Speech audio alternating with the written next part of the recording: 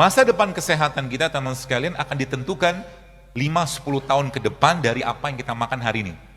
Banyak lagi, tapi salah satunya itu. Ya, maka perhatikanlah, falyanzuril insana ila ta'amih, kata Allah. Maka Al-Quran memberikan pedoman yang luar biasa baik atau luar biasa penting untuk kita, yang itu sebenarnya ada dalam surat Abasa. Dalam surat Abasa. Tapi sebelum itu kita perlu tahu juga kira-kira apa tanda atau tanda-tanda badan kita bermasalah. Ya, badan kita bermasalah, tanda-tandanya apa? Banyak. Pertama, bawaannya lemes terus. Ya, bawaannya lemes terus. Kemudian susah turun berat badan. Ya. Kemudian mood swing ini moodnya naik turun. Kalau bahasa kita zaman sekarang baperan. Tanda orang baperan apa? Gampang banget left group.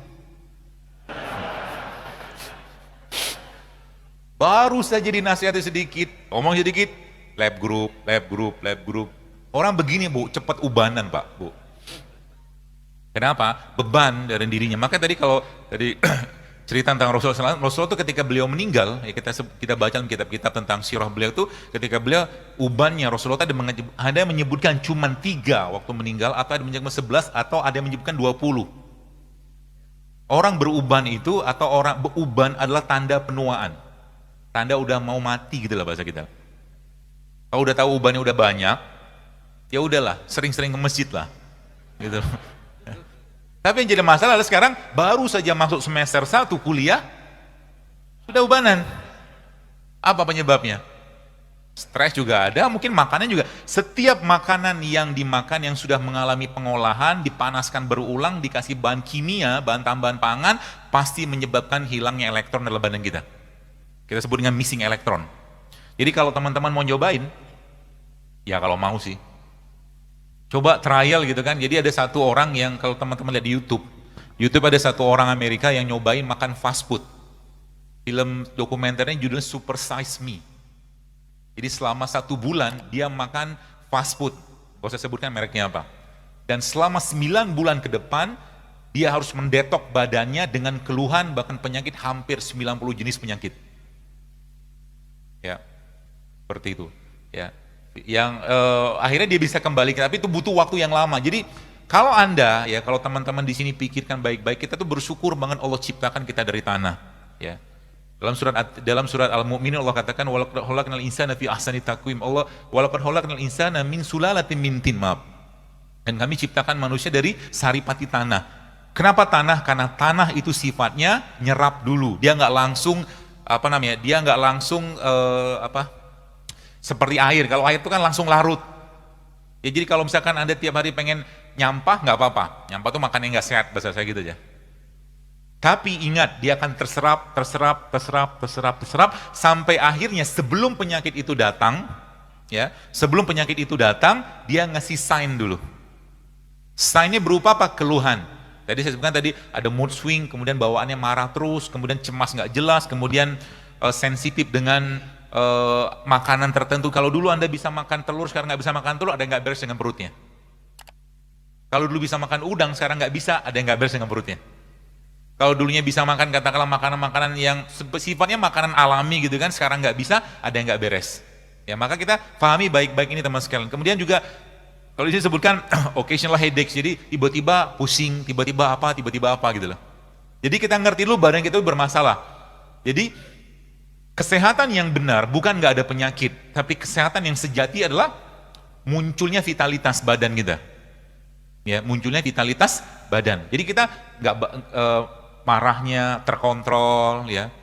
Kemudian moodnya stabil seperti itu.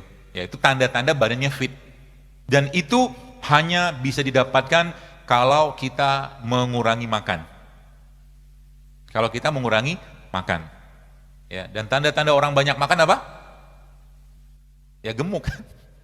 Ya, gemuk dan seterusnya lah, banyak masalah badannya. Maka Nabi pernah menyampaikan dalam sebuah hadis bahwa nanti di akhir zaman aku melihat fenomena di kalangan umatku, kegemukan di mana-mana. Seperti nggak banyak yang gemuk di sini. Ya.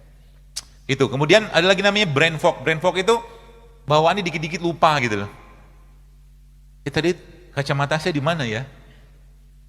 Tadi sepatu saya di mana ya? Itu brand Fok. Otaknya berkabut. Begitulah. Kemudian nyeri badan, nyeri sendi, nyeri otot gitu kan. Yang tidak kalah sering banget dialami banyak orang zaman sekarang adalah bad breath. Bad breath itu maaf, mulutnya bau. Mulut yang bau bukan hanya masalah di sini saja, tapi di perut juga banyak masalah situ. Ya, dan badan yang bau. Badan itu maksudnya dia tidak memberikan apa ya? Bukan wangi sih tidak, tapi badannya itu maaf tidak atau mengeluarkan bau tidak sedap. Itu gara-gara apa? Makan. Nanti teman-teman coba deh. Coba dalam 1 minggu itu, setelah 1 minggu deh 3 hari aja. Porsi makan Anda lebih banyak sayur sama buah, nanti bau badannya mulai hilang perlahan. Ya, bau badan dan nanti kenapa perlu deodoran? Karena yang dimakan asam. Jadi keringat itu muncul karena asamnya badan kita. Saya juga pernah seperti Anda juga gitu loh. Maksudnya ya pakai deodoran segala macam gitu kan, apalagi dengan iklan-iklan yang luar biasa, belum lagi cerita deodoran itu banyak sekali bahan kimia yang nggak perlu kita pakai, ya bahkan dia bisa memicu banyak masalah dalam badan kita di deodoran, ya. Dan setelah saya perbaiki pola-pola makan, ternyata bau badan juga tidak muncul, ya. Dan kita nggak perlu deodoran. Kalaupun perlu deodoran, bisa pakai deodoran alami, jeruk nipis. Jeruk nipis itu bisa pakai buat deodoran. Diapain? Disemprot. Ya digosok-gosokin lah di bagian apa ketiaknya, maaf. Ya, itu deodoran. Ya. Asal jangan makan yang asam-asam. Contoh yang asam apa? Tepung, minyak, nasi, gula. Makan tiap hari kan? Jengkol apalagi mah. Jadi makanan-makanan asam seperti itu akan memudahkan badan kita untuk dihinggapi penyakit. Ya. Kemudian urin yang warnanya keruh atau mungkin terlalu kuning. Ya, tanda badan kita butuh didetoks. Maka mendetoks badan kita yang paling gampang sebenarnya kalau kita menggunakan apa yang Allah ciptakan di atas muka bumi ini, menggunakan air kelapa. Air kelapa itu teman-teman sebagian sudah saya share juga di Instagram juga. Salah satu yang terbaik yang kita bisa gunakan untuk detox adalah air kelapa yang dagingnya masih ingusan, ya, yang halus banget itu. Jadi teman-teman bisa air kelapa kayak begitu Anda blender sama kurma, ya, blender sama kurma, atau juga bisa di blender dengan 1 atau 2 kapsul habatus sauda, ya, itu bisa buat mendetoks badan, ya, air kelapa. Berapa banyak sekali sehari cukup, ya. Jadi air kelapa ditambahkan dengan tadi kurma, atau air kelapa dikasih madu, atau air kelapa dikasih kunyit, atau air kelapa dikasih jahe, itu mendetoks badan luar biasa itu. Jadi sebenarnya Islam mengajarkan pola hidup sehat ini sangat-sangat low budget.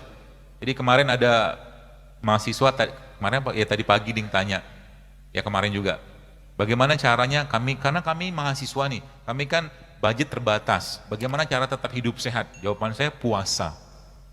Ya kan? Kan gak banyak makan duit kan? Habis itu pergi ke pasar, beli beli kunyit, beli jahe, beli serai gitu kan, beli buah sedikit, 10.000, 15.000 udah cukup. Makanya gak perlu mahal-mahal kok untuk hidup sehat sebenarnya. Ditambah dengan kita membiasakan untuk berpuasa. Ya. Dan berharap misalkan ada kondangan misalkan itu toh, lumayan kan, ya seperti itu. Kemudian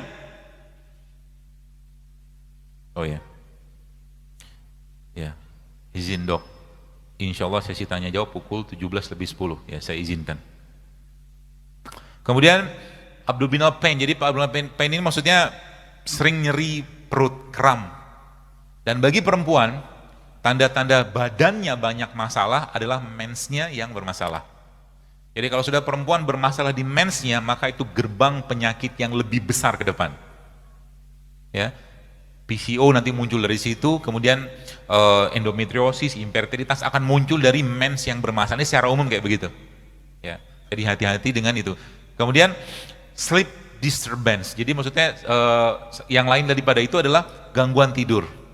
Ya, gangguan tidur.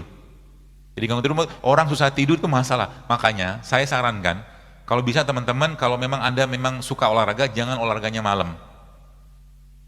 Malam bukan waktu yang tepat untuk olahraga, karena tumbuhan pun sedang mengeluarkan karbon dioksida. Kapan olahraga yang baik? Waktu matahari terbit sampai sebelum tenggelam. Ya, karena matahari atau tumbuhan masih mengeluarkan oksigen dari proses fotosintesis tadi. Dan memang secara fisiologisnya hormon di malam hari itu beda dengan hormon di siang hari. Kalau malam hari parasimpatik yang bekerja, kalau siang hari simpatik. Maka di situ tadi saya sampaikan bahwa Allah sampaikan malam itu jadikan sebagai istirahat. Diistirahatkan apa? Organ, sistem, enzim semua diistirahatkan.